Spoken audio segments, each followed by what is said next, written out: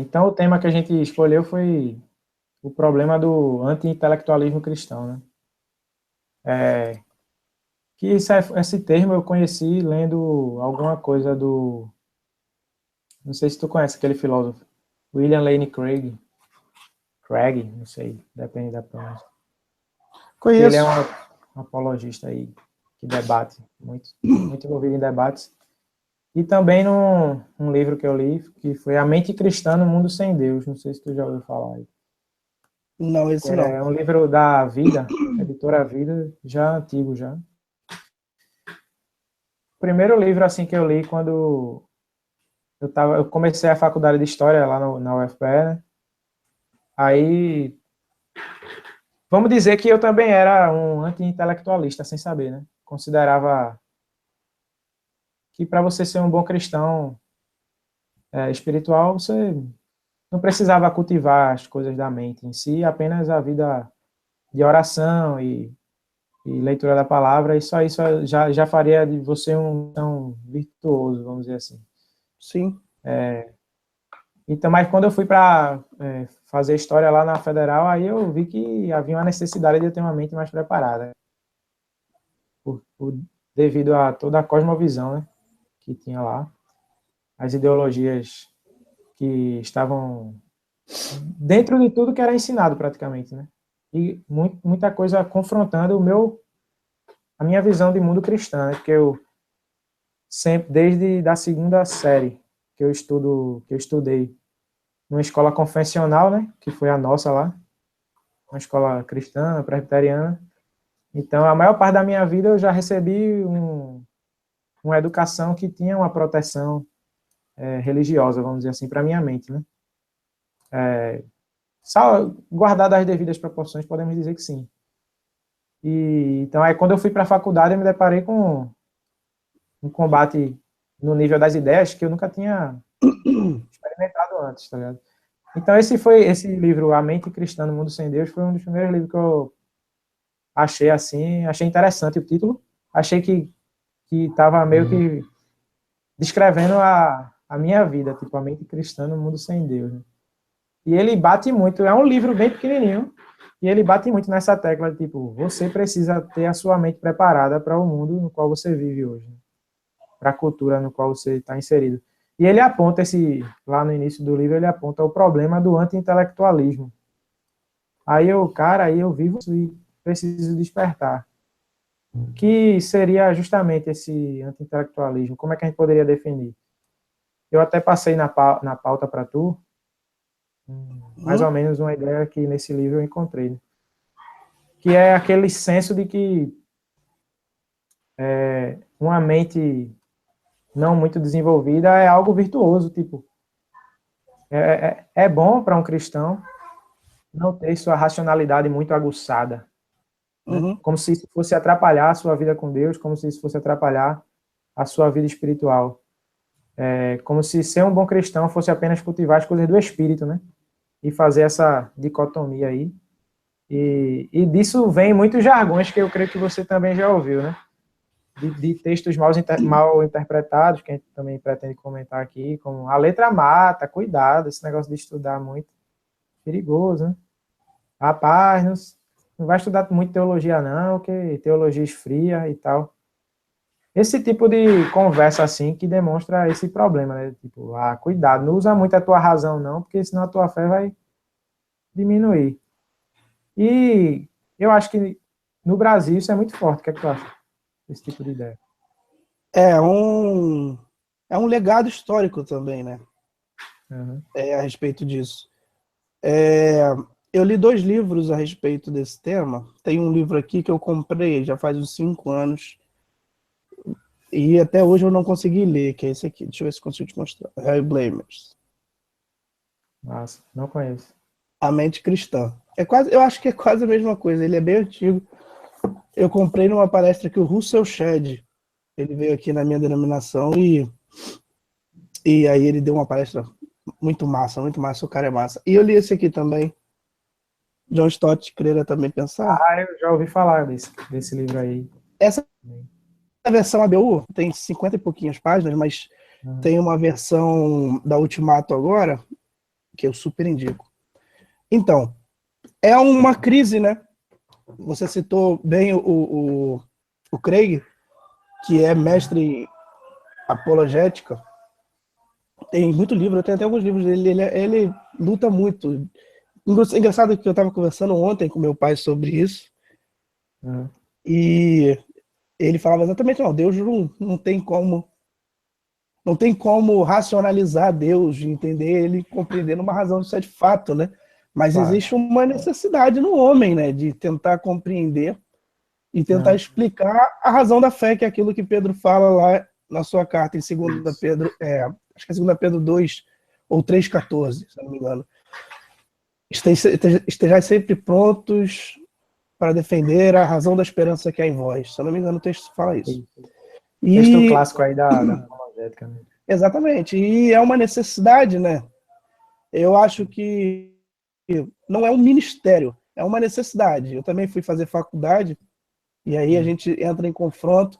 O que eu mais vi acontecendo, Agostinho, é que muitos jovens, se eu não me engano, saiu até um dado recentemente, que por volta do início dos anos 2000, o jovem abandonava a sua fé no 7º período da faculdade.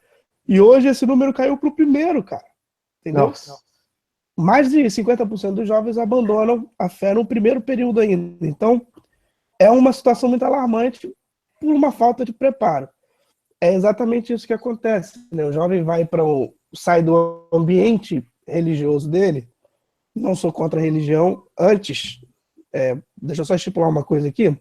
Não sei se vai pro ar, mas se for pro ar, eu estou me formando pastor, vai que alguém pega o vídeo futuramente, acaba comigo. Quando a gente vai falar de religião, eu acredito que essa foi o centro da mensagem de Cristo. Estou abrindo um parênteses aqui. Eu acredito que a religião é fundamental para o ser humano. Fundamental. O movimento religioso do ser humano é fundamental, tanto que ele vem dos primórdios. O ser humano traz isso dentro da sua história. Mas ele não pode ser a essência. Nenhuma religião pode ser a essência do ser humano. E quando se torna a essência, acontece o que aconteceu com os fariseus. Vira uma briga por ego e briga pela política. Então, a religião é fundamental, mas não pode ser essencial. Quando você fala religião, você está querendo dizer não o evangelho em si, né? Mas um sistema de crenças humano, né? Não, o sistema religioso em que o ser humano está inserido, de exemplo, do seu convívio, das suas amizades e tudo isso que a religião trouxe para ele. Não é errado, eu tenho. Você tem também, eu conheço. Mas aí a gente continua. Então, quando o jovem sai do ambiente religioso dele, em que a fé não está em constante choque com outras culturas, aí você percebe que é uma necessidade de você falar, de você justificar aquilo que você acredita, né? Tá me ouvindo? Eu não tô te ouvindo. Deu pausa aqui. Porque eu coloquei no mudo enquanto tu fala para evitar ruído, tá ligado? Ah, valeu. Então vou continuar. E aqui tem um mecanismo que qualquer coisinha que eu falo, a câmera joga para mim. Aí tu fala, dá um suspiro, a câmera joga para tu. Entendi. É bom isso, mas como tu tá na linha de raciocínio, eu preferi colocar no mute aqui para não Tá bom, valeu. Então, voltamos à história, né? Então, fechou esse parênteses, essa ideia, essa diferença de religião fundamental para religião essência. Mas quando o jovem sai desse ciclo religioso e vai para a faculdade, ele toma... Acho que no meu momento de faculdade, o que eu mais fiquei triste foi dessa falta de maturidade da juventude, em geral, e esse abandono mesmo da fé. Desculpa. Citar só um exemplo que me marcou muito. Estava tendo aula de introdução aos estudos históricos, e aí o professor, mestre, PhD e tudo mais, e ele começou a criticar a Bíblia do nada. Parece que a aula era sobre Bíblia. E Eliseu Júnior, tenho uma postura, sempre quando alguém se levanta, eu não gosto de ficar debatendo em sala de aula, porque isso é chato pra caramba. Não aconselho. Mas eu peço ao Senhor sabedoria nesse momento para achar dentro do argumento do cara um deslize para eu tentar encaixar a minha ideia e mostrar para ele que cristão não é fanático, né? Não é um fideísmo, né? Não é uma coisa tola. E aí ele falou que na época que a Bíblia foi escrita, não tinha vírgula, não tinha espaço, e as palavras eram escritas todas juntas, e assim fica difícil de você saber o que realmente o autor do texto queria dizer, e isso deu margem para o intérprete do texto expor o que ele entendia a respeito do texto, que poderia ou não ser real, tirando a credibilidade dos textos da Bíblia. Quando ele terminou de falar isso, eu levantei a mão. Eu lembro que tinha uma menina do meu lado direito, uma lourinha muito bonitinha, e ela, nossa, senhor, o senhor está certo, eu era crente, mas eu não sei o quê. Aí eu levantei a mão, inclusive tinha um pastor do meu lado, que estava quieto, acredito que era da Assembleia de Deus, estava de terno, né? No ambiente de faculdade, uma pessoa estar de terno não é muito normal, você sabe disso. Aí eu levantei a mão, aí o professor, pois não, eu falei, professor, a gente sabe que não pode interpretar nenhuma literatura antiga com a riqueza e a evolução das tecnologias que nós temos interpretativas hoje. Se a gente analisar qualquer escritura ou qualquer livro antigo com o conhecimento que a gente tem hoje, vai ficar obsoleto, obviamente. Aí eu falei, lembro que eu falei ainda assim, e outra coisa, professor, se a gente descaracterizar a Bíblia e falar que a Bíblia não pode ser útil porque a escrita é uma escrita arcaica, o que a gente vai falar de Platão, Aristóteles, que vieram 500 anos antes, Tales, Anaximandro, que é o pai da filosofia, né, moderna. Aí ele ficou quieto assim, o professor, ele, não, de fato, bom, mas eu não tenho nada contra, quem quiser ler a Bíblia, mas para mim não vale e tal. Uhum. Aí mudou a prosa. Mas o que a gente sofre, Augustinho, é um legado de uma religião que estava no meio da gente, né? A gente está dentro de um movimento evangélico que deve ter em torno de um pouco menos de 100 anos aí. O evangelicalismo, ele começou há pouquíssimo tempo. A gente não vive hoje um protestantismo, né? A cultura protestante, embora tenha deixado algumas igrejas, como você conhece, a gente estudou no colégio presbiteriano, que eu sou muito feliz por ter estudado lá, comparando com as escolas de hoje, eu vejo que Deus preservou muito a gente naquele lugar. Mas a igreja anglicana ainda está forte, mas a cultura protestante já ficou para trás, né? Isso aí iniciou no século XIX. Depois da cultura protestante veio o movimento avivalista, com John Wesley e Jonathan Edwards, isso aí também já ficou para trás.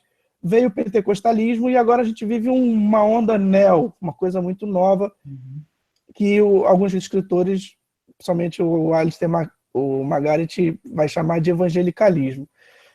E esse evangelicalismo ele traz um legado histórico muito negativo para a área racional, né? Primeiro que ele meio que separa o racional da vida empírica, né? Tem Mas aquele... Pode falar. que é o evangelicalismo em si, eu acho que dentro do evangelicalismo surgiu correntes que conduziram a isso, mas eu acho que o evangelicalismo em geral, não. Eu creio que há correntes sadias dentro do evangelicalismo. Assim, tipo. Sim, sim. Porque basicamente, hoje, quando você fala até de pessoas que têm um pensamento saudável no meio evangélico, eles também estão dentro do movimento evangelicalista. Né? Sim, sim. Mas é isso que eu ia dizer. O evangelicalismo traz esse legado porque é uma junção de outros elementos. Por exemplo, o evangelicalismo hoje, ou o movimento evangélico, vamos chamar de movimento evangélico, que está mais comum. O movimento evangélico hoje, principalmente no Brasil, ele traz um pouco do catolicismo, certo? Que aí já tem um movimento de doutrinação, não é tanto de pensar, é uma coisa mais... Tanto que Tomás de Aquino, Santo Agostinho, que foram mais pensadores, não tiveram proeminência, a gente sabe, histórica dentro da igreja. Catolicismo popular, vamos dizer assim. É Porque um se você catolicismo popular. parar para pensar, é até mais rígido a formação de padres e sacerdotes do que de pastores. Sim, sim, Eles sim. passam vários anos do início do seminário estudando só filosofia, se eu não me engano, antes de entrar em teologia. Sim, mas, por exemplo, a gente não tem muito costume de ver aula de doutrina dentro da igreja, porque o popular, não, os movimentos populares não...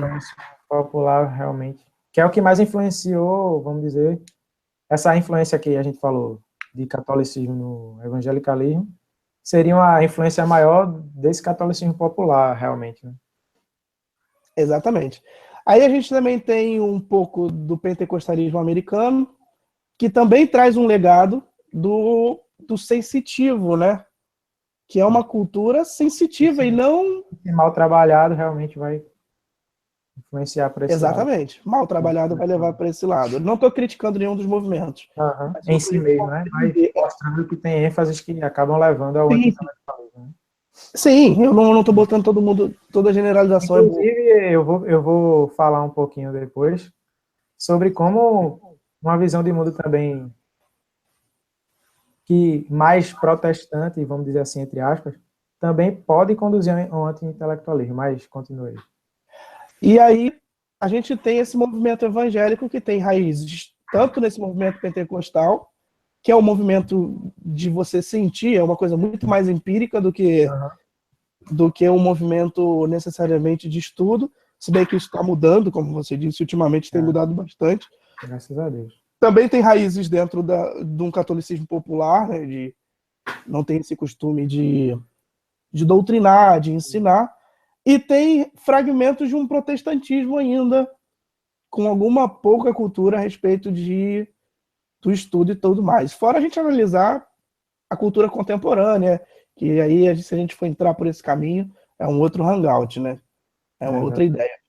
Mas é uma soma, né? E essa soma acaba a verdade que a gente tem hoje de encontrar gente que fala, por exemplo, o texto de 2 Coríntios, pega o texto e fala que a letra mata. E associa isso a como se ali estivesse falando dessa intelectualidade do estudo em si, né? Não tem absolutamente nada a ver. Não tem nada a ver, o contexto é totalmente diferente. Tanto A gente que é vai... Paulo que está escrevendo, né? O cara, vamos dizer assim, o mais culto do Novo Testamento. É o cara que está escrevendo isso aí. Eu também estava pensando aqui, do ponto de vista assim prático, o que é que fez com que as pessoas emitissem esses tipos de pensamento do tipo a letra mata e associar isso ao estudo e desencorajar pessoas que querem desenvolver a sua intelectualidade como cristãos, por exemplo, estudando teologia ou filosofia ou qualquer outra ciência, né? Porque o cristão também não precisa só se formar como teólogo, ele pode entrar em outras áreas do conhecimento. Claro que para ser saudável ele tem que ter um conhecimento ali fundamental da sua própria fé, né? Mas o que leva as pessoas assim, tipo, a emitir esse tipo de opinião? Eu estava pensando, e assim, não é sem razão também que muita gente cultivou esse tipo de anti-intelectualismo na mente. Porque, de certa forma, ela viu coisas, ela viu pessoas se perderem também. A gente não pode negar também que há, como você falou, um índice de pessoas que vão para a faculdade, logo, hoje em dia, no primeiro período, estão deixando, apostatando da fé. E a gente também vê isso, infelizmente, acontecer com pessoas que vão estudar teologia. Não podemos fantasiar e dizer que isso nunca aconteceu. Ainda acontece. E pensando sobre isso, eu pensei o seguinte, que seria... Olha, pensando sobre isso, eu pensei. Coisa linda. E um dos motivos para isso acontecer seria o liberalismo teológico, né? Sim. Que adentrou muitos seminários hoje em dia. Seminários bem conceituados, de longa data. Já tem muitos professores. Não é que o seminário assuma isso explicitamente, nós somos adeptos de uma teologia liberal, mas aceita dentro de si professores que sem escrúpulos e do conhecimento da diretoria mesmo, acabam ensinando sobre esse viés aí. E muitas vezes pessoas que não foram preparadas antes em suas igrejas, certo? Se deparam com tais ensinos em seminários, despreparadamente acabam se enveredando e acabam saindo de lá piores do que entraram.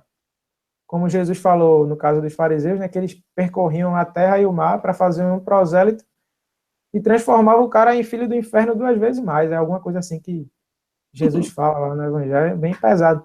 E a gente vê gente indo estudar teologia também e se tornando pessoas excessivamente incrédulas, né? E quando não apostatando mesmo da fé.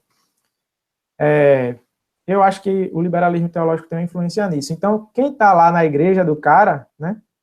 Do seminarista, vê esse seminarista voltando para a sua igreja com uma mente totalmente diferente, muito mais cético em relação a muitas coisas, ou quando não, vê que aquele seminarista se perdeu no caminho. Então, essas pessoas começam a dizer, associar isso à teologia em si, né? Por elas não conhecerem os meandros da teologia, os meandros do conhecimento, elas acabam associando isso ao estudo em si e acabam repetindo essas frases, esses jargões que a gente está falando aqui, que são exemplos de uma doutrina anti-intelectualista, né? De dizer que um cristão é melhor que um cristão não desenvolva seu intelecto porque vai acabar esfriando ou se perdendo aí. Eu acredito que é muito do empirismo, como você estava falando também, nesse pensamento, né? As pessoas acabam achando que o problema é o estudo em si, ou a teologia em si, e não é essa a questão, certo? Outra coisa é, não é só o liberalismo teológico, às vezes você tem o que eu chamei aí na pauta de teologia estéril. Porque você pode ter uma teologia ortodoxa sendo ensinada nos seminários, mas sem nenhuma preocupação devocional, sem nenhuma preocupação com a espiritualidade. Sim. Totalmente divorciada de um compromisso também em elevar a vida cristã dos seus alunos. E eu acho que isso também acaba, muitas vezes, tendo o mesmo efeito que o liberalismo teológico, apesar de ser uma teologia ortodoxa. Porque, do ponto de vista prático, pouco vale um cristão ortodoxo que é estéril na sua vida espiritual. Né? Uhum. Então, eu acho que isso também, muita gente vai estudar e volta espiritualmente pior, apesar de não ter recebido uma teologia liberal. Né? Eu acho que isso também tem uma influência. Outras coisas que eu também pensei que poderiam contribuir para o surgimento desse pensamento anti-intelectual, uma é que, como você falou, a gente tem uma religiosidade no meio evangelical muito apegada a experiências sobrenaturais. Isso a gente vê no meio neopentecostal, de uma forma mais forte, e no meio pentecostal também temos isso. Também eu sou do meio pentecostal e sei que ainda existe essa religiosidade sem sabedoria em relação ao sobrenatural. Claro que todo cristão acredita no agir sobrenatural de Deus. Vai ter aí diferenças entre como se dá esse agir sobrenatural, dependendo da linha teológica que você segue, mas todos acreditam essencialmente nisso. Mas é claro que existe em certos meios pentecostais, não todos. E no meio pentecostal, praticamente todo, se não todo, esse tipo de religiosidade só apegada ao sobrenatural, que também conduz a um anti-intelectualismo, né? O que é, muitas vezes, necessário para as suas lideranças. Porque existem movimentos, dentro desses campos que a gente está falando aqui, que sobrevivem dessa ignorância do povo. Sim, Se sim. o povo fosse estudar, não iria ser manipulado. Né? Então, muitos acabam fomentando no seu próprio rebanho esse medo da teologia, esse medo do estudo, esse medo do conhecimento, dando a ideia de que eles vão se esfriar na fé, ou de que eles vão se perder se eles começarem a refletir sobre as coisas. Então, a gente não pode negar que isso também existe em nosso meio e contribui para esse anti-intelectualismo. Sim. E, por fim, outra coisa que eu pensei, a última das coisas que eu listei, foi uma antropologia errada. Antropologia não no sentido antropologia cultural, né, que a gente vê nas ciências humanas, mas aquela área da teologia sistemática mesmo, que trabalha com a constituição do homem do ponto de vista bíblico e cristão. Então, a antropologia ela vai entender, tem todo aquele debate sobre se o homem é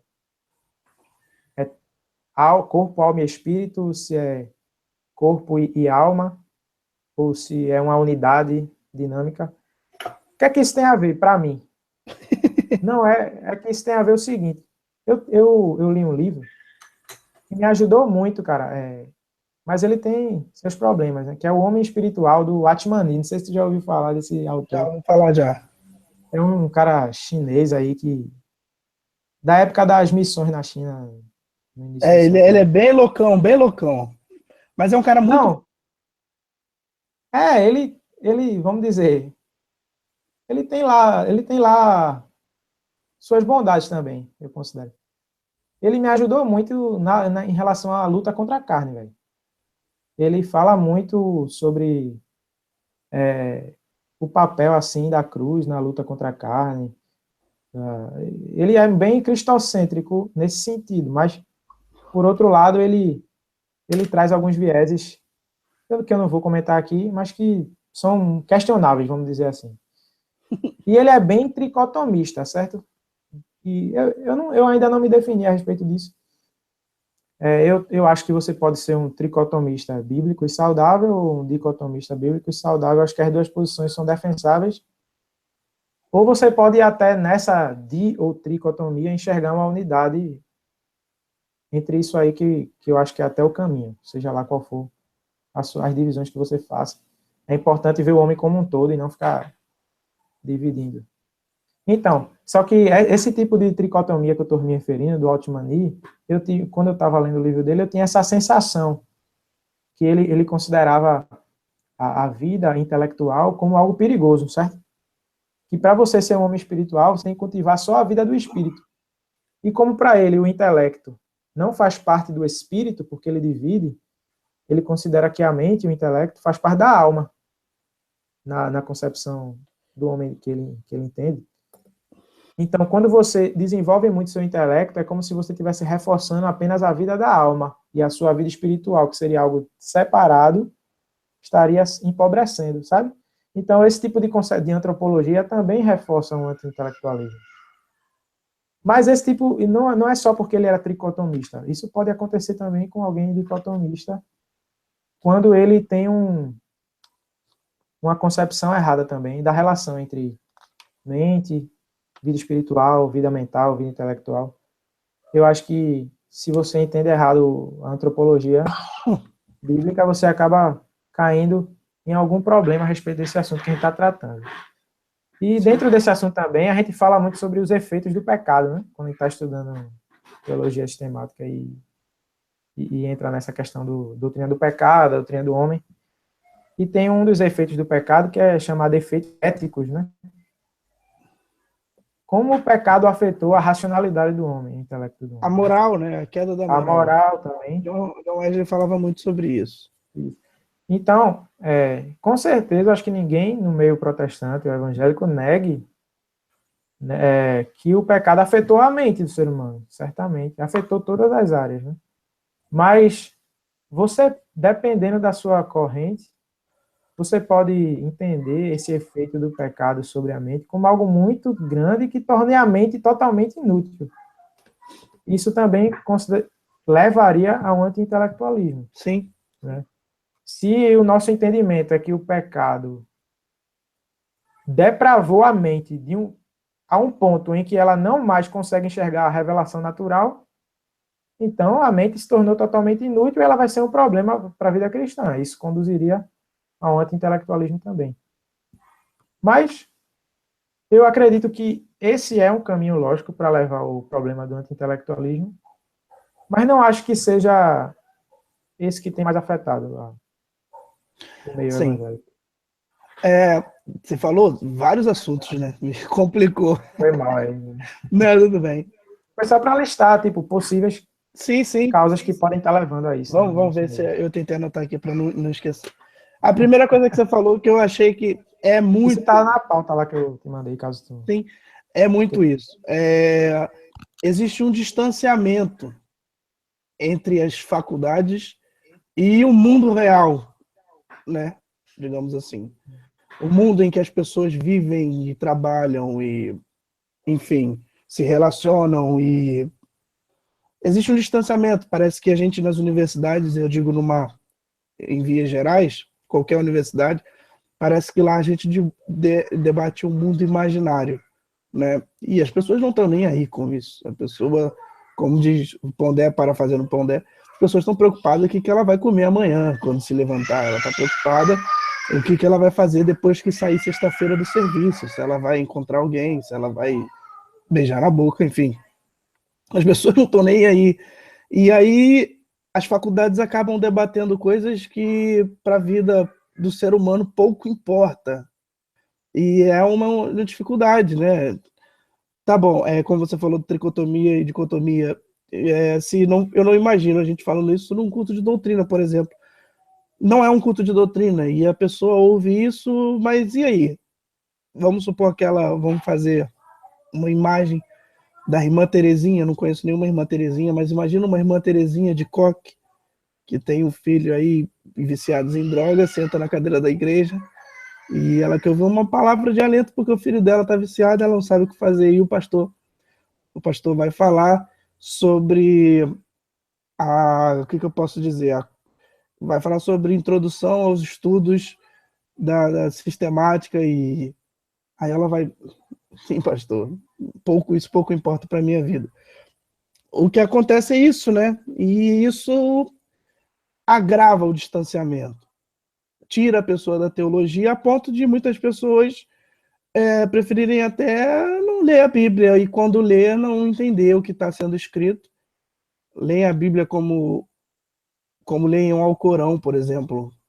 Pouco é meio que vão, eles não entendem completamente o que está sendo escrito. Não estou defendendo não estou defendendo a religião deles, mas é o que mais ou menos acontece. Leem em voz alta, né? E pouco entende do que está sendo escrito e não é aquilo que Deus, tanto não é o que Deus quer, que lá em Isaías, capítulo 1, ele chama o povo para pensar, né? Isaías, capítulo 1, versículo 18, acho. Vinde, arrazoemos, vinde, vamos pensar.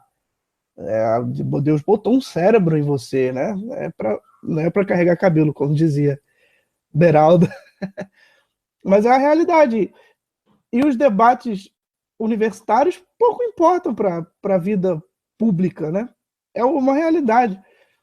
E isso é um problema sério. Se a gente não conseguir encaixar a teologia na vida da pessoa, pouco ela vai se importar com aquilo. Entendeu? Ela não quer saber se o ser humano é tricotômio ou dicotômio, porque ela conseguiu viver 50 anos sem isso.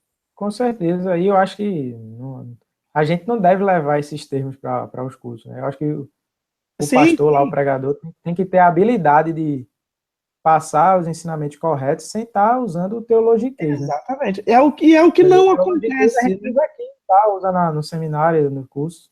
É o que não acontece. O que acontece com frequência, é ou o teólogo ele acaba não sendo um eficiente pregador, ou o pregador acaba não sendo um eficiente teólogo.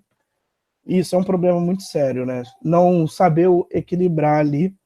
Saber que uma palavra, por exemplo, como uma parábola da dracma perdida, não precisa necessariamente você falar sobre a cristologia, digamos assim, toda a cristologia, para falar o método pedagógico parabólico de Jesus, para você abrir a Bíblia e falar: a dracma foi perdida e ele a procurou e achou. E aqui ele está dizendo que ele procura aqueles que estão perdidos. Não precisa de muito. Acaba sendo simples e profundo, né? A Bíblia tem essa riqueza, principalmente o Novo Testamento. Mas é uma realidade. É uma realidade que acontece, inclusive, no meio secular também, né? O meio secular também. As universidades hoje discutem coisas que o povo absolutamente não quer saber. O socialismo, o marxismo, ideologia da esquerda, direita, o pessoal não quer saber disso. Até que há pouco tempo atrás teve um boom político, né? As pessoas encarnaram a política como se fosse times de futebol, mas o ser humano em si pouco importa com isso. A questão do liberalismo é também, mas é uma questão mais difícil. Por quê? Nem os liberalistas se diziam liberalistas. Imagina os professores da faculdade. Eu estou fazendo ser forte o seminário da minha denominação, e é difícil porque o cara não se diz, mas o que ele diz entendeu? Ele não se diz liberalista, mas o que ele fala é liberalismo puro. E aí, graças a Deus, eu guardo meu coração num lugar muito bem reservado para não deixar me contaminar com essas coisas. Mas a pessoa que não guarda, né, acaba se deixando levar pelos diplomas que a pessoa tem e tal. E acaba se prejudicando, que para mim é muito bem resolvido, mas para a maioria das pessoas não é. E como é que esse jovem volta para a igreja? Muitas vezes é um jovem super ativista, muito ativista, mas não é um cara que tem a sua base bem formada, vai para o seminário, e dentro do seminário ele perde o ativismo, e ele volta para a igreja sem o ativismo. E por perder esse ativismo, parece que ele perdeu a fé. E aí gera confusão. E quando não perde de fato a fé, né? Dependendo do seminário, acaba perdendo de fato a fé. Que é um problema muito sério que se enfrenta há um tempo, né? Eu tenho um professor que ele morou na Alemanha e eu perguntei como é que era. Ele era pastor na Alemanha, pastor Henrique Araújo. Eu perguntei para ele como é que era pastorear uma igreja onde nasceu a teologia protestante, né, praticamente, com Martin Lutero. Ele falou que é muito difícil porque hoje a Alemanha é um território devastado. A expressão que ele usou é um território devastado. A ideologia liberal, a cientização da teologia, transformar a religião em filosofia, Deus em filosofia, em ciência, acabou destruindo a fé, que é um outro extremo, né? O outro lado da moeda, que é um lado que dói muito, porque perde pessoas incríveis.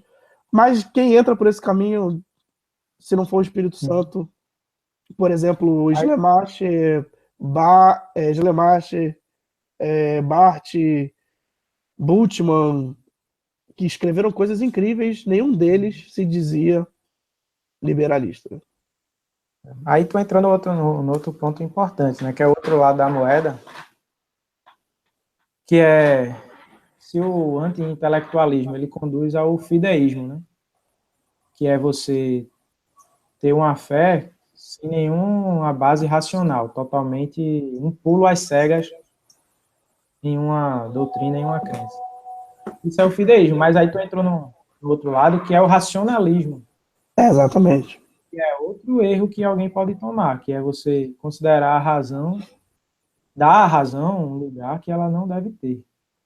Porque quando a gente está falando aqui, criticando o anti-intelectualismo como um problema, a gente também não está querendo dizer que a pessoa deve ser um racionalista, ela deve ser racional, mas não racionalista, que são duas coisas diferentes. Né? Esses caras que tu citou são fruto do iluminismo, né? Que foi um movimento que pegou o racionalismo e colocou nas últimas consequências, colocando a razão como autossuficiente e último critério do conhecimento. Interessante que o iluminismo começou com protestantes, né? Sim. A maioria deles protestantes e acabou saindo... Kant era um bom luterano, se eu não me engano. Exatamente. Se eu não... E aí... Então, Pode falar. Fala aí. Vai. Não, e aí, a gente, como você falou bem, nessa questão do racionalismo, a gente acaba tendo essa dificuldade de saber ponderar ali o equilíbrio, entender que a fé é racional, mas ela não é só racional, a fé te leva a lugares mais altos, de fato. A minha fé, ela não tem que estar presa dentro daquilo que eu posso provar, né? A gente vive uma época das provas, né? A gente vive essa época do... não é o racionalismo, eu esqueci o nome da filosofia. E que você, para existir, precisa ser provado. É o positivismo. Positivismo Se essa prova for científica, poderia chamar de cientificismo também, né? Exatamente. E então, tipo, a gente acaba prendendo a fé naquilo que se pode e não pode. A fé tem que estar livre, porque se não estiver livre, Deus vira uma soberba, e aí soberba, Deus rejeita o coração do soberbo. Mas aí tem uma frase que eu estava procurando do livro John Stott, só para finalizar essa parte aqui.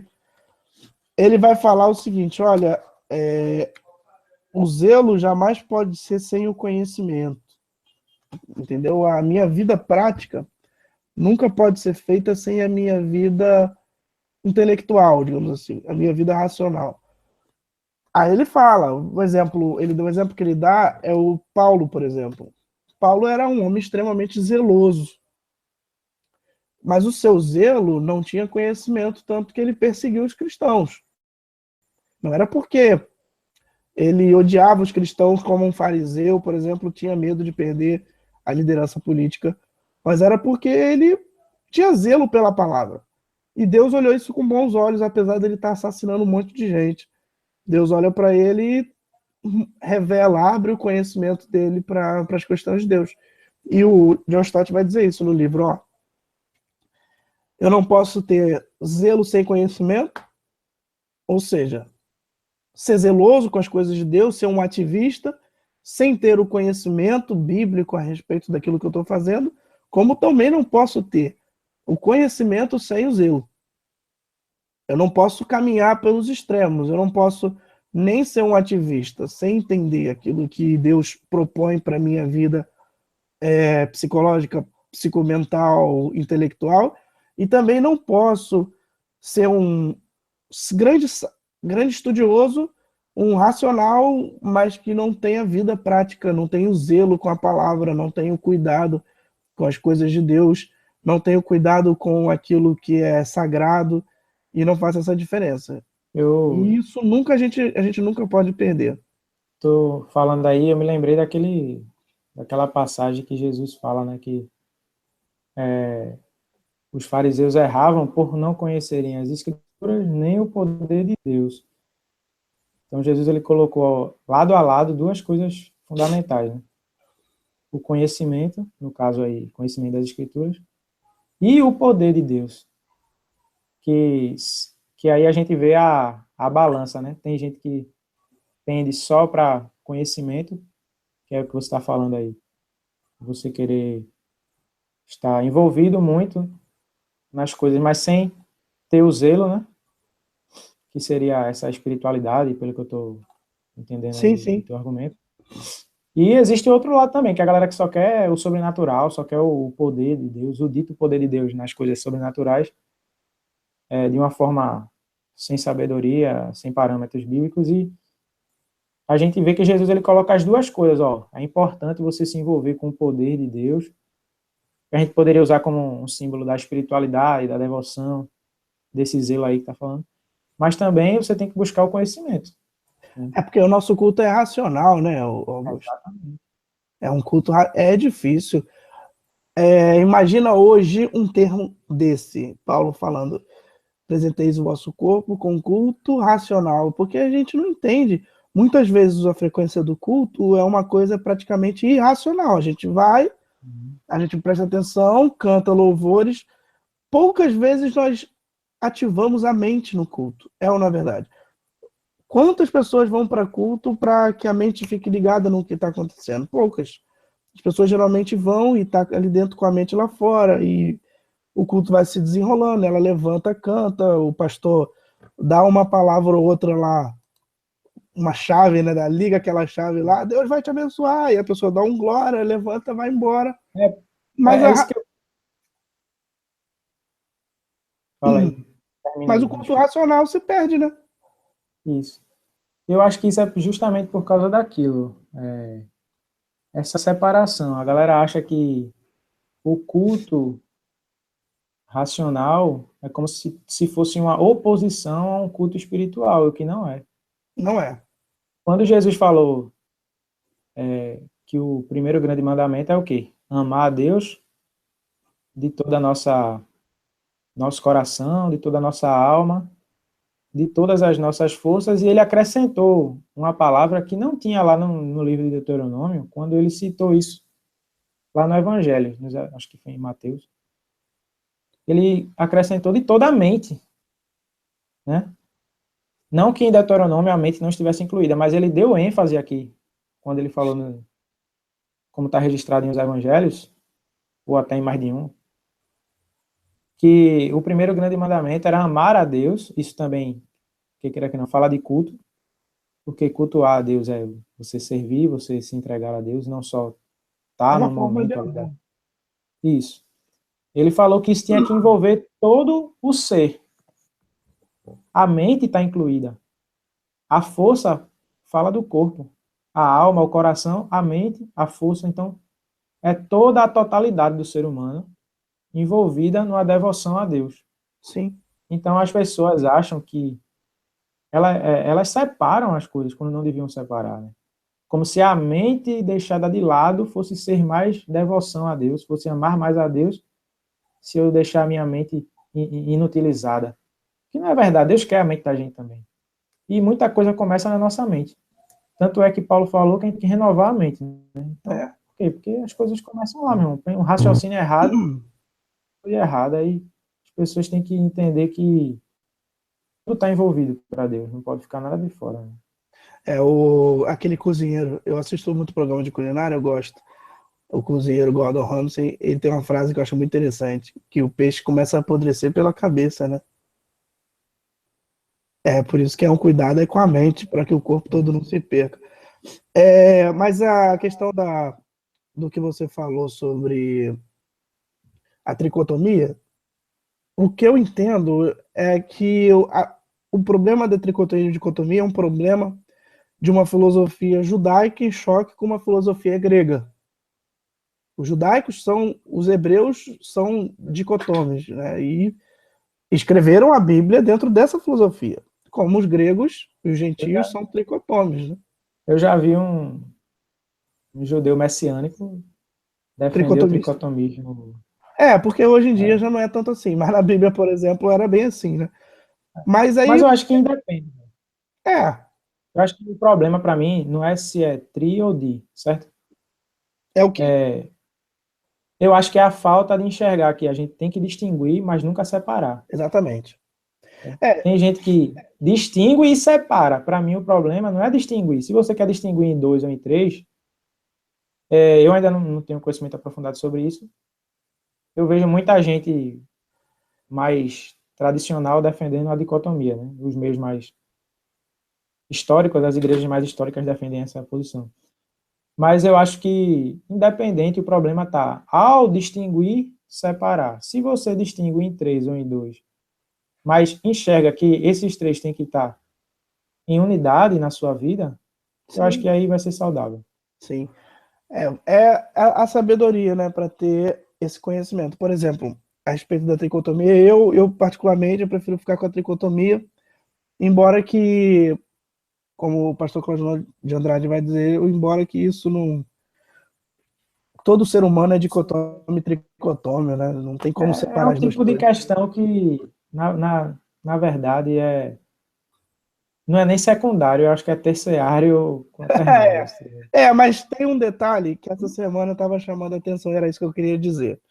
Por exemplo, a palavra de Deus diz que a palavra, ela penetra até a divisão da alma e do espírito. O que eu entendi desse texto, é uma dificuldade que as pessoas estão tendo hoje, que é fruto desse anti-intelectualismo, que você bem falou, que é um problema sério que as pessoas estão tendo a respeito dessa visão de uma antropologia cristã. Por exemplo, as pessoas na igreja hoje se emocionam em suas almas dentro da igreja e acreditam que essa emoção é uma produção do Espírito Santo na vida delas, e dentro dessa emoção toma algumas atitudes que não tem quase nada a ver com o Espírito. Não estou falando que isso é regra, não estou falando que é sempre assim. Eu sou pentecostal, eu acredito que há uma manifestação do Espírito, mas há muita confusão a respeito disso. Muita confusão. Porque à medida que você vai progredindo, isso aí é visão minha, tá? Eu nunca li isso em ninguém, eu posso estar super errado, amém se eu estiver errado, mas à medida que você vai estudando a palavra de Deus e conhecendo a palavra de Deus, você vai se conhecendo. E aí você vai aprendendo a dividir aquilo que é da alma daquilo que é do espírito. Eu vou dar um exemplo. A minha avó é pentecostal, bem penteca. E aí, toda vez que eu vou visitar a minha avó, eu fico um tempo sem ir. Quando eu chego lá, ela se emociona. E ela já me abraça falando em língua. Quando é meu aniversário, por exemplo, quando é meu aniversário, minha avó me liga e começa a orar por telefone e fala em língua. Se alguém falar em língua perto dela, eu acho que não é assim também, entendeu? Não é uma coisa assim tão simples. Mas eu acho que quando você busca um amadurecimento, sai do leite, né, e vai para a substância densa da palavra de Deus, você vai aprendendo a lidar com as suas emoções e vai diferenciando quando é minha emoção e quando é fruto da obra do Espírito Santo. Por exemplo, eu lembro que eu até contei essa experiência para você, Augustinho. Eu lembro que uma vez quando eu tive a minha genuína conversão, que tá se transformando em genuína, né? Foi uma conversão que tem se transformado em genuína, tá a passos todos os dias para se transformar numa genuína conversão. Quando eu tive a minha conversão, eu fui para um sítio e aí o pastor pediu para cada um escolher uma árvore. E quando eu escolhi uma árvore para orar, minha mãe. Quando eu escolhi uma árvore para orar, peraí, mãe.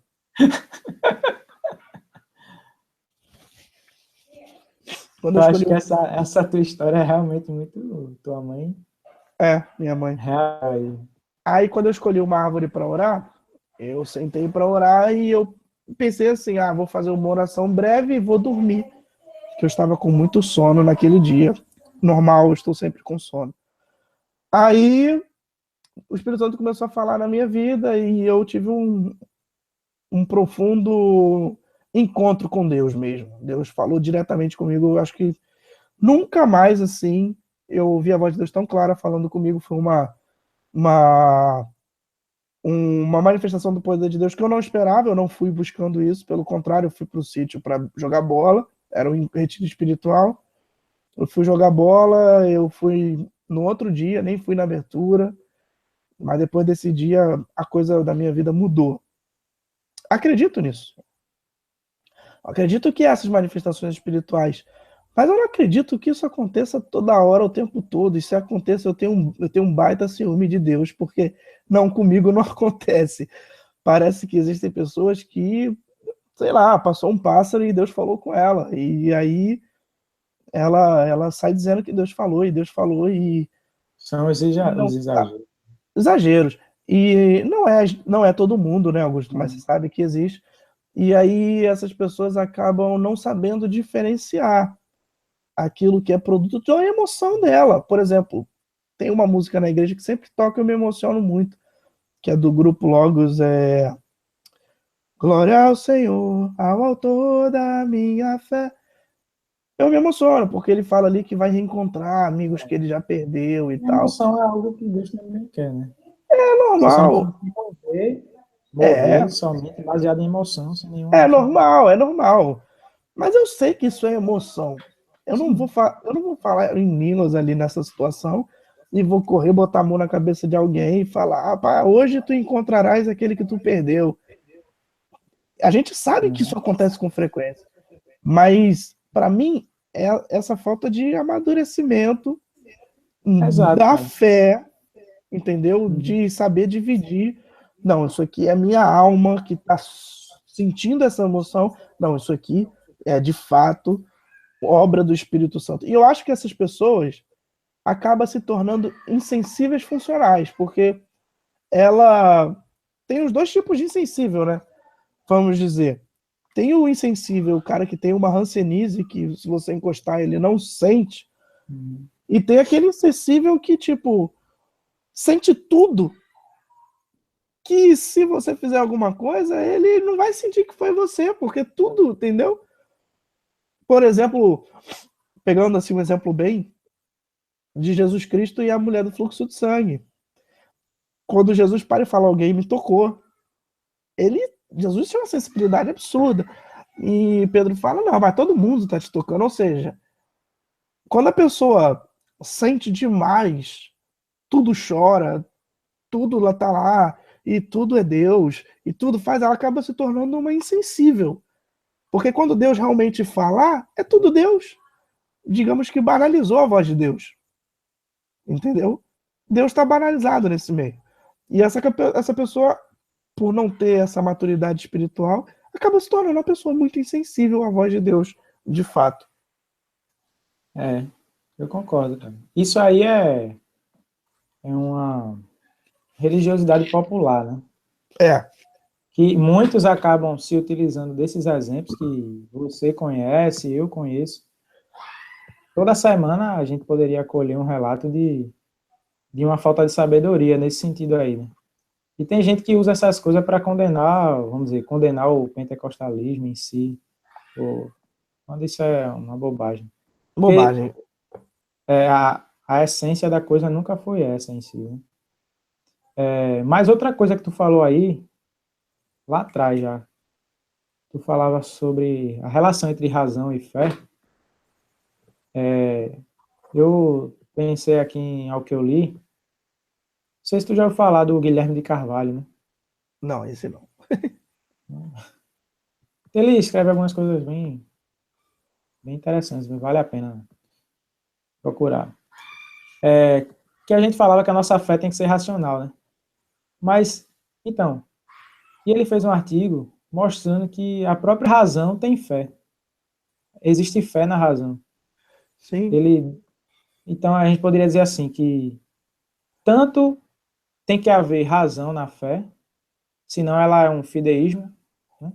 Mas uma fé cristã genuína, ela, ela não é isolada da razão.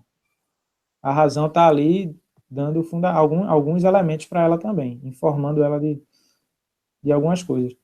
Como a razão também tem fé, porque às vezes as pessoas que são racionalistas acreditam que elas só têm crenças puramente racionais, né?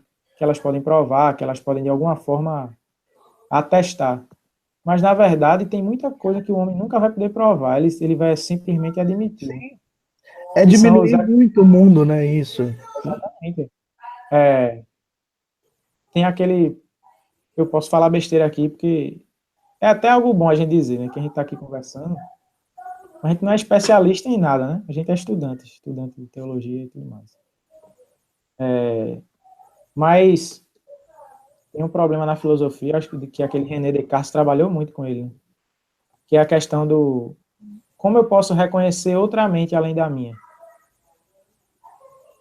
Quer dizer, pura e simplesmente pela razão é impossível. Como é que eu posso ter certeza que eu estou falando com outra mente, que tu aqui, Juninho, é outra mente? Você pode ser problema da minha, você pode ser uma manifestação da minha mente, como a gente viu em Matrix, né? É, A questão da ilusão e tudo mais. Só tem uma forma de eu reconhecer outra mente, eu tenho que assumir isso como pressuposto, que não tem como eu dar uma prova matemática, uma prova lógica disso. Então, existem muitas coisas que a gente só assume como verdadeiras, e isso até o ateu mais cético também. sim. E nesse artigo do Guilherme de Carvalho, ele discutia um pouco a questão do que é uma crença religiosa. Porque na concepção comum, do senso comum, uma crença religiosa é uma crença em um objeto que é sobrenatural. Pode ser uma divindade, um espírito, ou seja, coisas que estão além da mera física, além desse universo aqui, né? Desse sistema material. E ele dizia que esse é um conceito inadequado. Ele estava até se baseando em outros autores para dizer, porque o que faz uma crença ser religiosa não é o objeto sobre a qual ela está posta, mas sim a posição que ela ocupa no sistema da vida da pessoa. Por exemplo, existem pessoas cujo papel do dinheiro é tão central na vida dela que o dinheiro se torna um ídolo para ela. Na mão, Eu né? acho que Isso, eu acho que Timothy Keller deve trabalhar, parece que ele trabalha com esse conceito também. Então, a religião não é, o dinheiro é algo super material, não tem nada de sobrenatural no dinheiro. Mas por que que o dinheiro pode se tornar um ídolo, algo religioso para a pessoa? Porque é a posição que ele ocupa no sistema de crenças e da vida dela, certo? Exatamente. Então, o materialista não deixa de ser um religioso, porque ele acaba colocando uma fé na matéria e nos elementos desse universo aqui, que acaba ocupando o papel de Deus, certo? Então, o secularista, né, que é aquele que separou, tirou Deus da vida social, da vida pública e, e da sua vida também, ele acabou substituindo Deus por outras coisas, certo? Sim, Porque nunca, esse espaço nunca vai ficar vazio. É um engano do homem achar que ao tirar Deus da sua vida, aquele espaço vai ficar vazio. Como quem diz assim, eu sou um livre pensador, eu sou totalmente liberto dessas superstições sobre Deus. Não, impossível. cara, ele vai substituir aquilo ali por outras coisas que vão se tornar o ídolo dele. Então ele dizia o seguinte: então o que é uma crença religiosa? É uma crença que está na base e no centro do sistema de sentido de uma pessoa, do sistema de propósito de uma pessoa, daquilo que dá sentido à vida dela, daquilo que dá sentido à sua existência. Isso aí ele mostrava, né, que todo mundo é crente, até o descrente, porque todo mundo vai crer em alguma coisa, certo? Então, essa ideia de que é possível separar fé e razão, ela é ilusória. Tanto Sim, para o cético, o ateu, o secularista, quanto para o crente fervoroso. Ele tem que entender que a fé dele não precisa estar divorciada da razão. Ele, pelo contrário, ela tem que estar unida à razão. A razão pode jogar no mesmo time da fé. sim. E eu acho que é essa a ideia aqui que a gente está defendendo. Né? Sim, sim. Eles podem trabalhar os dois juntos, né? Claro, cada um no seu papel. Dá só um mute aí, porque eu tô me ouvindo. Aí me dá um delayzinho. Aí. Não sei se você consegue também ouvir você quando tá falando comigo. Eu ouvi em alguns momentos lá no início, mas depois parou. Eu estava falando mesmo, eu acabei, minha sobrinha entrou aqui, me perdi. Essa questão da fé e da razão que a gente está trabalhando. Então, realmente, tem um termo. Eu li um livro do Enio Miller que se chama Introdução à Teologia Cristã, pequenininho assim, de 70 páginas. E aquele livro parece que foi um boom na minha vida. Foi um abrir de mente. Ele fala que sobre. Ele trabalha um pouco essa questão de fé e razão, mas bem introdutório, mas ele vai se ater a um texto que Paulo fala lá sobre Pedro, Gálatas 2, que fala que. Rapidinho, só para voltar um pouquinho, para não esquecer, senão eu vou acabar esquecendo uma parada. Ninguém serve a dois senhores, Sermão do Monte, Jesus, capítulo 6 de Mateus. Jesus não disse ninguém serve a mim ou ao nada, né? Alguém tem um senhor. Você tem o seu senhor. Seu senhor pode ser um ser humano, como o seu esposo, o seu pai, a sua mãe. O senhor pode ser os seus filhos, e é o que acontece com frequência. O seu senhor pode ser um objeto, um dinheiro, o seu carro. A sua profissão pode ser o seu dono de todas as coisas. Ou o senhor pode ser você mesmo. Entendeu? Você é de si o seu senhor. Os seus prazeres podem ser o seu senhor. Ou Deus pode ser o seu senhor. Mas o que mais frequência a gente vê é que os prazeres são o nosso senhor, né? É o que mais acontece. Por isso que o dinheiro acabou se tornando também uma forma de. O dinheiro acaba se tornando também uma forma de Deus, né? Ou seja, ninguém serve dois senhores. Ou você serve a Deus, ou você serve a algum outro senhor. Mas senhor na sua vida vai ter alguém. E quando não é Deus, o ser humano está fadado ao fracasso. Mas voltando ao livro que eu estava falando, Introdução à Teologia, Ele vai falar o seguinte, da ortopraxia e a ortodoxia, né? Um outro termo que a gente acabou usando aqui. Ele vai falar, a ortopraxia é o ensino correto das leis, né? O ensino correto da doxologia, o ensino correto do ensino. A maneira correta de ensinar e a maneira correta de aprender. A ortopraxia é a maneira correta de ter uma vida prática, de viver, né? E a gente acaba gerando esse choque entre a vida prática cristã e a vida intelectual cristã. E a gente não sabe lidar com isso. Aí o escritor, Ennio Miller, vai chamar atenção para um texto em que Paulo vai dizer lá para Pedro, Gálatas 2,6, ele vai dizer assim, olha, Pedro não estava andando de acordo com a verdade.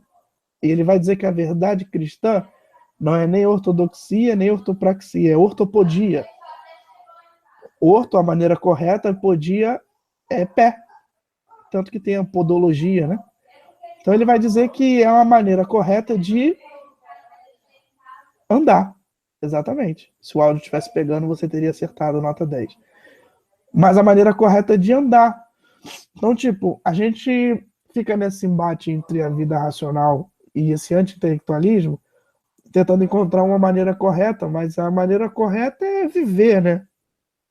Não viver só a vida prática, porque senão vai gerar zelo sem conhecimento, e não viver só uma vida teórica, né? Porque senão você vai cair naquilo que a fé sem obra é morta.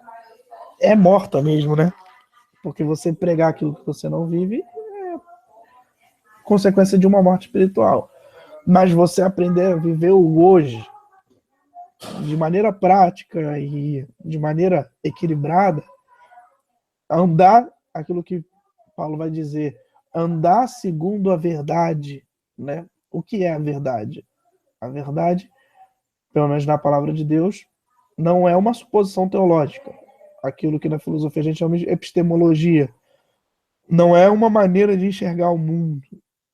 Não é um ser, uma ontologia, alguma coisa que existe como um ser. Não é só isso. As duas estão certas, mas não é só isso. A verdade, segundo a Bíblia, é algo que pode ser vivido, né? Pode ser pensado, pode ser entendido e tem que ser vivido. Isso é a ortopodia correta, é a maneira correta de viver. E é isso que Jesus se preocupou. Enquanto as pessoas acabam entrando as duas lados da moeda, né? Partem para um racionalismo e apequenam a vida, apequenam a fé, apequenam o mundo, né? O mundo é muito maior do que eu posso pensar ou imaginar ou até defender. Isso é um reducionalismo também. Eu estou reduzindo o mundo naquilo que eu posso provar. Isso é impossível. Tem muita coisa que a gente nunca vai conseguir provar. Por exemplo, dentro da teoria do Big Bang, a partícula clara escura, a partícula de Boston-Higgs, isso não tem como provar. Eles estudam, mas é uma coisa muito que a compreensão do ser humano acaba não entendendo. E eles partem desse pressuposto para dizer que isso existe, né? É tão absurdo quanto a ideia de Deus, né? Ou talvez consiga algum dia provar, só que a galera superestima essas coisas, né? Exatamente. Achando E que, Jesus, achando que essas coisas vai acabar com o mistério da origem, resolver tudo, e não vai. e Jesus, De forma nenhuma. Jesus, eu percebo assim, Jesus não era um anti-intelectual. Tanto que eu acho fascinante, principalmente o livro de João, do Evangelho, é o livro que eu mais gosto. O livro de João, o livro de Romanos e 1 Coríntios, mas de João em especial, porque mostra aquilo que os outros talvez não mostrassem com tanto detalhe, que é a maneira com que Jesus falava com as pessoas. E ali tem muita coisa. Por exemplo, quando Jesus aparece em João 3 para Nicodemos, Augusto, Nicodemos, aí Nicodemos vai dizer o seguinte: olha, pela razão, pela lógica, é isso que ele está dizendo, pela lógica, pelo que você faz, o que você fala, pela lógica, você é Deus, né? Na ordem na regra geral e vias gerais, se a gente for comparar o que Nicodemos está falando, olha, se eu vou comparar o que está escrito com as suas ações, você é Deus, né? E a resposta de Jesus, cara, esquece isso. Você precisa nascer de novo. Não é que Nicodemos era burro, né? Não é que Jesus que falou assim, olha, você precisa ser burro. Eu vejo gente pregando esse texto, falando exatamente isso. Você está muito inteligente, isso aqui, você é o maioral dos judeus, você precisa ser burro para entender. Não, não é isso que A ele quer galera, dizer. a galera consegue usar esse texto para defender o anti-intelectualismo, né? Exatamente. Mas não é isso que ele quer dizer. Quer dizer, começa de novo. Restarta a tua vida.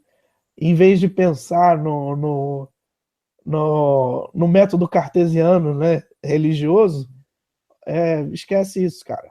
Vai viver a vida. Começa do zero. Restarta. Entra. Sua vida começou agora. E o que Jesus se preocupa é isso, vida. Tanto que essa mensagem alcança todo mundo, porque todo mundo vive, né? Todo ser humano que ouviu essa mensagem foi um ser humano vivo. E não é um viver de maneira imbecilizada, né? A palavra imbecil significa fraca. Não é viver de uma maneira imbecilizada, mas viver de uma maneira coerente daquilo que você estuda, daquilo que você pratica. Nenhum, nem outro. Os dois.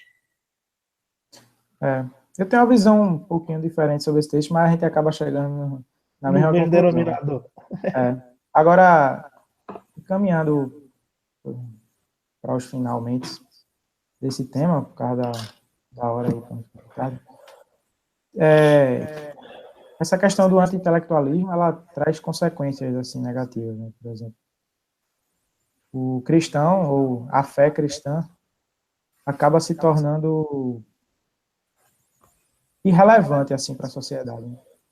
Claro que a gente sabe que esse mundo jaz no maligno, claro. Não estou querendo salvar o sistema caído que a Bíblia diz que é o século que tem um Deus, que é Satanás, né? Paulo vai dizer que existe um Deus para esse mundo que é o diabo, e ele tem cegado o entendimento das pessoas. A gente não vai conseguir salvar esse sistema. Mas quando a gente assume como cristão a postura anti-intelectual, a gente deixa de salvar vidas. Por quê? Existem pessoas que estão em meios e em circuitos e não vão ouvir uma fé que se move simplesmente numa religiosidade popular e sobrenaturalista, né? E não só, desculpa interromper, mas não só deixa de salvar a vida, como deixa de compreender o evangelho e aprisionando as pessoas em coisas que não está escrito na Bíblia, entendeu? Gerando cativeiros. E aí, podendo, em vez de pregar libertação, a gente está pregando prisão. As pessoas estão voltando a ser presas porque a gente. Falta de entendimento, né? É porque falta de inteligência nossa. A gente não é inteligente para buscar a raiz dos textos bíblicos, aí acaba pregando coisas que a Bíblia não fala. Uhum. Desculpa te interromper. Nada. E antes disso, quer dizer, a gente, as pessoas que a gente consegue conquistar, a gente acaba fazendo um mau trabalho no discipulado, né? Vamos dizer assim, por causa desse anti-intelectualismo. Mas até na área anterior a isso, a gente se torna menos eficaz no testemunho cristão, o anti-intelectualismo, porque fecha muitas portas, tá ligado? A gente não está querendo dizer aqui que todo mundo tem que ser um estudioso, intelectual. Não. Tem pessoas que não precisam estudar grego e hebraico. Não, é fato. Mas, pô, pelo menos a liderança, né, vamos dizer assim, das nossas igrejas, tem que ter um estudo mais cuidadoso. Não precisa se tornar um doutor, PhD, não sei o que, nada. Mas tem que ter um estudo ali concreto, né, para poder estar ensinando a palavra de Deus para as pessoas e assim ele vai estar preparando o seu rebanho. Fora a liderança, também tem aqueles que Deus chamou para estar atuando na sociedade através da sua mente também, né? Sim. Não só através da mente, mas dando um papel importante para a mente, porque a cultura nossa de hoje precisa de uma voz cristã. A gente está vendo aí como está perverso a cultura e a sociedade de hoje em dia. E o que é que acontece? Por causa desse anti-intelectualismo, quando surge uma voz cristã, fala besteira, às vezes. É verdade. não podemos generalizar. Muitas vezes é, porque o cara fala sem conhecer, cara, nem a cultura que ele está criticando, né? Nem o pensamento que está levando aquelas ações. E quando alguém é mais sério com a vida intelectual e desenvolve isso, tendo como fundamento a sua cosmovisão cristã, a sua base de fé, isso torna o testemunho cristão mais eficaz no mundo, com certeza, alcançando mais pessoas. E acho que esse é o desejo de Deus também, né? Agora, pergunta aí, que não quer calar, para encaminhar para o final. Existem coisas que a gente poderia apontar como soluções para esse problema? O que é que tu acha? É difícil, né? Muito. Acho que a nossa solução Agostinho, é complicado, né? A gente é muito problematizador e pouco solucionador, né? É verdade, cara. Mas eu acho que a solução é eu e você, cada um. Se nós precisamos, se a gente parar para pensar um pouquinho, Jesus precisou de 3 anos, né, para fazer revolução na história. Não parece que não dá para entender. Já se passaram 8 anos que eu estou aqui no Rio de Janeiro e pouco eu fiz. Claro que ele era Deus, mas ele precisou de 3 anos, 12 homens, depois mais 70 dos discípulos mais próximos, depois 120 do que estiveram em Atos, e depois 5.000 que se converteram, né? Aquela, a gente sabe a continha certinha. Mas a solução é o meu caminhar, né? As pessoas precisam ver, é o que eu te falei, a minha visão. Na minha maneira correta de caminhar, de andar na verdade, segundo a verdade de Deus, as pessoas precisam ver em mim que existe uma boa diferença de ter a palavra de Deus e as pessoas precisam procurar isso, né? As pessoas precisam procurar essa parada. E aí, à medida que as pessoas procuram, elas vão aprendendo, e aí um bom discipulado seria uma excelente razão. Acho que o nosso problema, como eu falei no começo, é um problema muito mais profundo, é um legado religioso que a gente tem do nosso Brasil miscigenado, com essa miscelânica teológica, mas a maneira. Cuidado aí, senão vão te chamar de racista, hein? Falando Não, merda. não é essa a ideia, não. Mas aí, essa soma de várias culturas, e aí, é claro que não no sentido, como é que eu posso dizer? Quando eu falei miscelânica, né? Não foi no sentido da cor da pele, né? Foi no sentido, eu usei só a palavra para falar de uma mistura teológica. Mas acho que a solução é a vida prática mesmo. A solução é o discipulado. Essa foi a solução de Jesus Cristo para confrontar o farisaísmo e hoje o que restou do farisaísmo, né? Eu acho que eu tenho uma visão, Agostinho, que toda ideologia tem que ser passada pelo crivo histórico. Por exemplo, o marxismo não deu certo. Isso aí não fui eu que inventei. Está no crivo histórico. As pessoas podem dizer que não, mas Lenin não era marxista, mas Stalin não era marxista, mas se a gente pegar no crivo histórico, você vai ver que essas ideologias acabaram ficando ultrapassadas. O farisaísmo, da mesma forma, não passou. É aquela lei de Gamaliel em Atos, né? Quando Pedro aparece diante do Sinédrio, as pessoas querem matar Pedro, aí Gamaliel, que foi o tutor de Paulo, né? Gamaliel vai dizer o quê? Gente, vamos deixar ele pregar. Se for mentira, o tempo vai dizer. Como tantos outros que se levantaram dizendo Cristo, e a gente sequer conhece, mas na época fizeram revoluções. E o tempo mostrou que Gamaliel estava certo e Pedro também, né? Esse é um ótimo crivo, com certeza. Agora, às vezes a galera acha que esse crivo histórico é um crivo de pouco tempo, pelo contrário, né? Porque tem É, movimentos que, se você olhar em termos de alguns anos, esse movimento aí é de Deus, olha como está crescendo.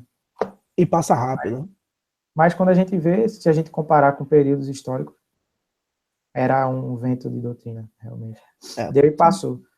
O cristianismo realmente é uma verdade, porque, pô, há tantos anos aí, já sobreviveu a tantas perseguições, cara, dos mais variados tipos. Realmente eu concordo, é um crivo excelente. Mas é isso aí, meu amigo. É isso aí, cara. Eu também concordo aí que a solução é na atitude mesmo, pequenas atitudes de poucas pessoas. Acho que a gente não deve ter pretensões, né, de grandes coisas assim.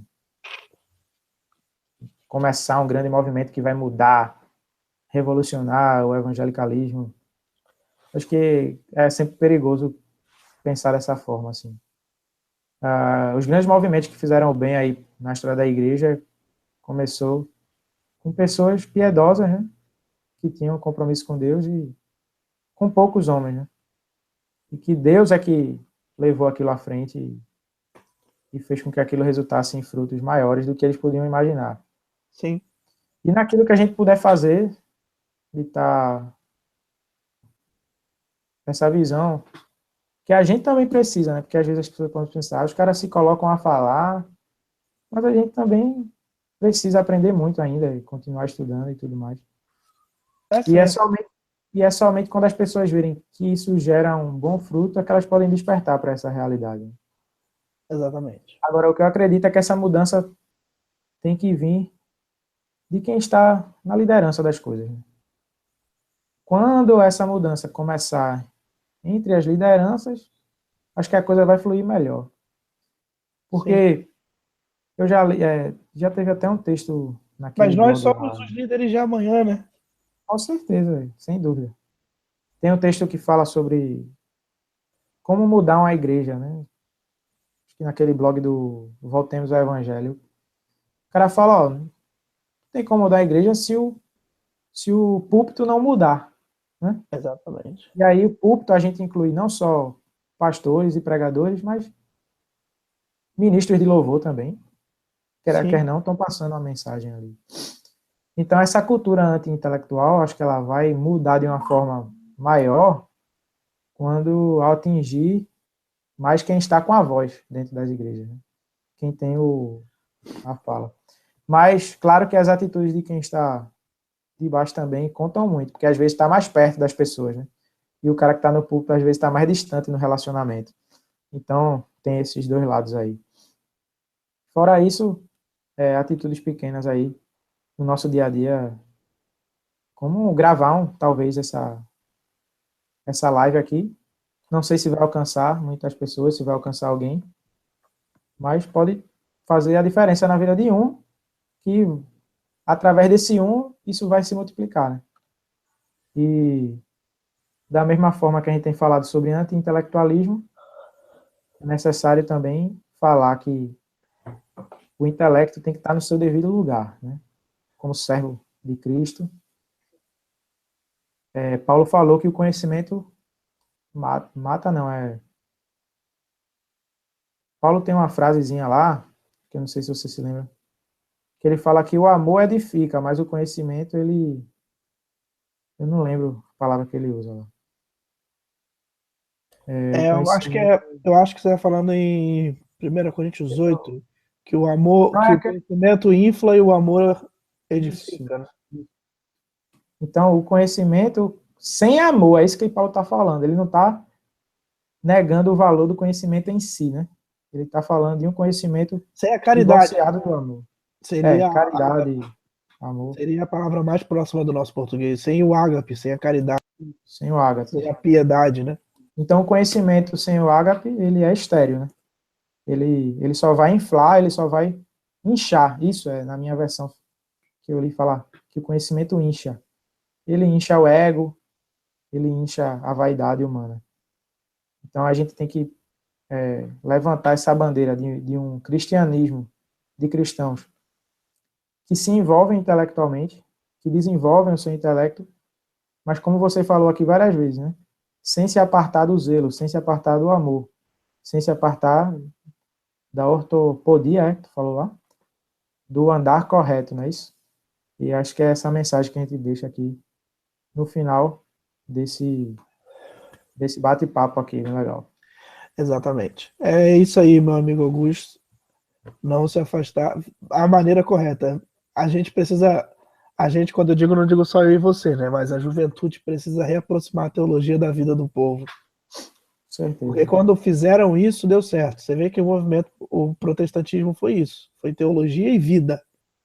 Isso. E Ah, às vezes as pessoas pensam que essa teologia é um negócio assim acadêmico. Não. não, não. Teologia é qualquer reflexão sobre Deus. Exatamente. Todo mundo é A teólogo. gente quer que isso, todo mundo é teólogo, a gente só quer que essa teologia seja feita de Seja forma bíblica, né? bíblica, exatamente. A gente, todo mundo é teólogo, mas se a sua teologia é bíblica, é É, aquilo aí que é que tá. Deus se revelou. E eu acho que essa é a parte importante. Isso. Valeu, meu amigo. Então, é, não sei se alguém vai assistir isso, se alguém acompanhou a gente aqui. Ah, então eu vou deixar aqui uns 2 livros aqui para. Vamos deixar as recomendações. Eu falei do livro A Mente Cristã no Mundo Sem Deus, né? Que eu não mostrei, mas aqui, beleza? Eu gosto muito dessa imagem que mostra um farol assim O na escuridão, Farol. iluminando. Achei show de bola. Ele tem bibliografia? Cara, esse livro tem um negócio excelente no final, velho. Ele tem uma lista de livros para Bibliografia. formar uma. Não, fora a bibliografia. Ele Procura, te passa procura, 3 listas de livros que procura se podem ele. ajudar você a formar uma mente cristã, tá ligado? Dá para ver ou tá torto? Dá para ver, né? Dá para ver a mente cristã. Então, procura se ele tem esse livro aí. Geralmente tem. Esse livro aqui é um livro antigaço, do Hellblamers. Uhum. Como um cristão deve pensar? Deve ter. Olha só, ó. Dá para ver? Isso aqui é um orgulho, cara. Quem é Russell esse aí? Shedd. Eita! Antes dele morrer, eu fui Nossa, numa que palestra honra. dele. Uma honra, pô. Toda a honra possível. Outro livro que eu vou indicar aqui, eu não citei ele assim explicitamente, mas fez parte de certa forma, que é um clássico, né? Que é Cristianismo Puro e Simples, aí C.S. Lewis. Ah, mas esse é o cara. Aí é clássico, todo mundo que está se envolvendo aí com o estudo, vale a pena ler. Sim. Tem Então, outros aí, mas eu deixo esses dois como recomendação. É eu já mostrei, bem introdutória. eu já mostrei no decorrer o do John Stott. Isso. Mostrei esse Criar Mente pensar, Cristã. é isso? Crer É, também é pensar, né? queria também pensar. Pô, Agostinho, compra, vale a pena. Esse livro me custou R$ 8, eu ainda não acredito nisso. Eu Nossa. sou um frequentador de sebos. Eu sou um ceboso. Brincadeira. Tem esse livro aqui que eu citei, que ele Paixão vai pela falar verdade. do McGrath. Alistair McGrath. Esther McGrath, grande, Ele grande vai cara. falar sobre o legado fundamentalista desse anti-intelectualismo. Massa.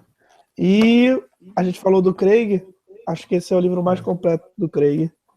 Eu tenho esse livro também, cara. Tu tem? Eu gosto demais. Tenho, mas é denso o negócio aí, velho. É muito complicado. Ah, É muito complicado. denso o É um negócio, mano. peso. Mas, O Jonas Madureira diz que essa teologia quadrada é um peso. Aquele livro que eu te falei, que é do Jonas Madureira, Inteligência Humilhada, também é um livraço, cara. Eu não consegui ler tudo, porque eu tô não fazendo. conheço. Quer dizer, já ouvi falar, mas não sei. Não tá aqui, não. Eu não consegui ler esse livro todo, porque eu tô fazendo a monografia do seminário e eu não tô usando ele ainda. Mas ele vai falar uma coisa que eu achei interessante. A nossa teologia, ela não tem que ser feita em terceira pessoa. Tem que ser feita em segunda pessoa, como as Confissões de Santo Agostinho.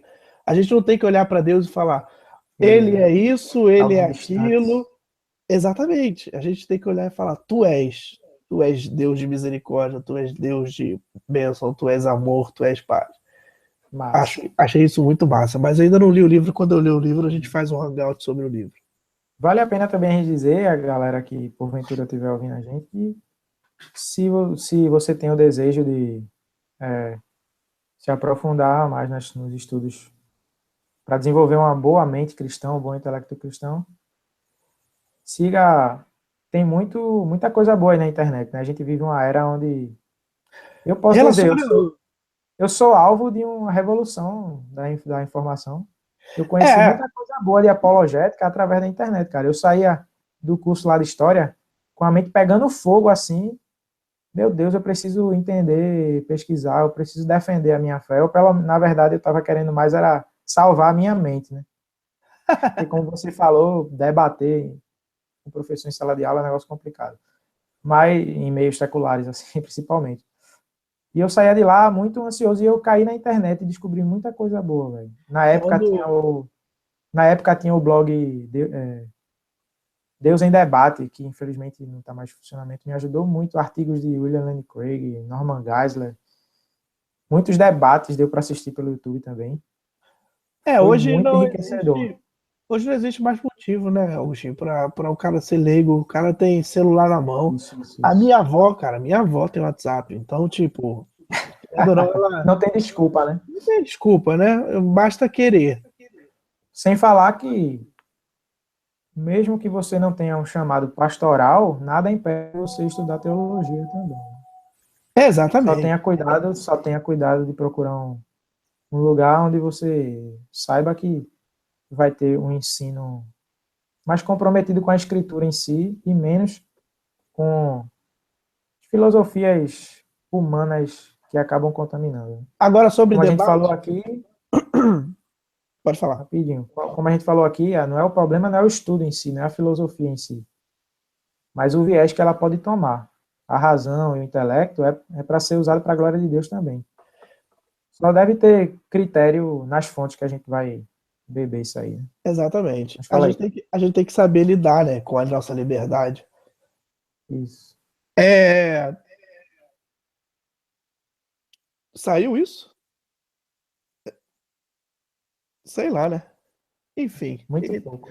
sou Deu um ser negocinho humano. aí, mas... Sou um ser...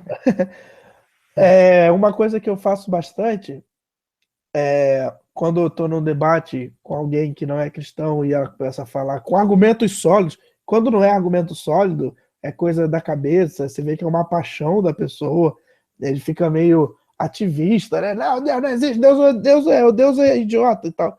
Eu não debato, não, né? A gente tem que ser equilibrado de não jogar nossas pérolas a porcos.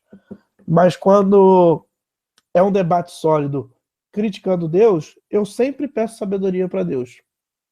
Quando é para fazer um aconselhamento, alguma pessoa que está em dificuldade, eu fico orando na mente, Senhor, me dá sabedoria. E eu tento achar no argumento da pessoa uma brecha para eu mostrar que. E sempre tem, né, cara? Isso foi um professor da faculdade que ensinou a gente. Isso é a dialética de Sócrates, lembra disso, Agostinho? A aula de filosofia da escola. Ah, ô, cara, grande professor Valdemir. Valdemir. Não Grande. desmerecendo os outros, mas era um grande Não, professor. não desmerecendo ninguém, mas foi o cara que me apresentou esse Se experiência. ele ouvir, professor, eu me arrependo de não ter prestado atenção nas aulas. Valeu, Agostinho. Valeu, Juninho. Meu Tchau, amigo. galera que nos ouviu. Obrigado aí. Valeu.